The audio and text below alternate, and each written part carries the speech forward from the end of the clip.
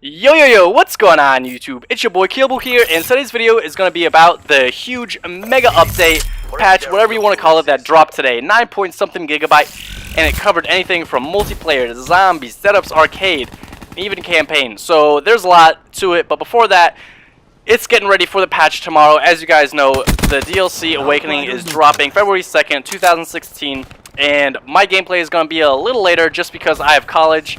And you know, school is more important, so my videos will be coming a little later, but nonetheless, I will be covering the DLC. So since we're playing on the map Hunted, I end up going 30-3 in this FFA. But one thing I want to mention before I really dive into the patch notes here, which can be found on Charlie Intel, and I can link that down below, is there has been cosmetic changes that have been done to Hunted. The lighting seems a little more bright, you know, like early day, noontime, and sit down, oh my gosh. The greens are a little bit more vibrant and lush and intense. So once you guys load it up, when the patch is downloaded, you guys will know what I'm talking about. So without further ado, let's jump into it. Okay, so the first thing, of course, the G slide is gone. There has been some things on Twitter that I've seen where you can jump YY or double triangle, then initiate the slide, and then press jump again. And that is way too complicated. I tried it. I've seen other YouTubers try it. And so the G slide is pretty much dead, so goodbye to that. In hardcore, there are a few patch notes, so this is actually kind of strange. So I guess your teammates could shoot down your own score streaks, which I think is kind of crazy.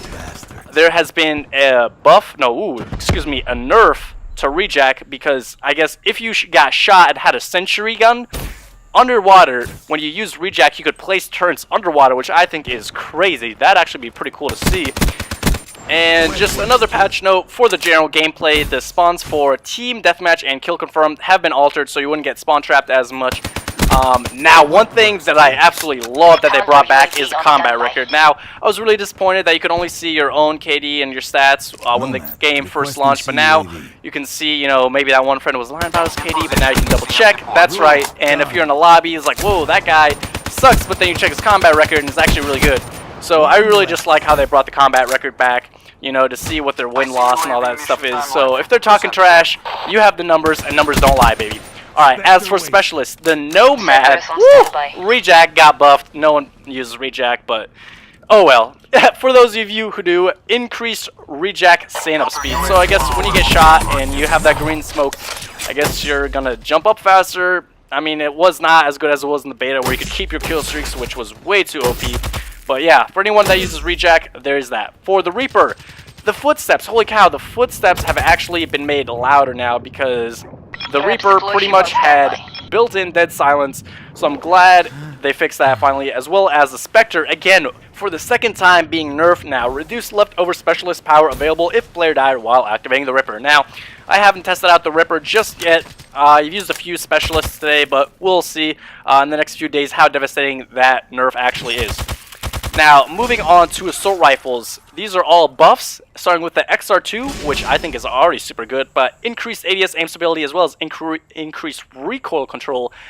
And I mean, it's a burst weapon, so recoil isn't really like a thing, but I guess they patched that, as well as ICR and the Shiva. What? The Shiva, I know, what? That thing is already really good, but both ICR and the Shiva got increased ADS aim stability.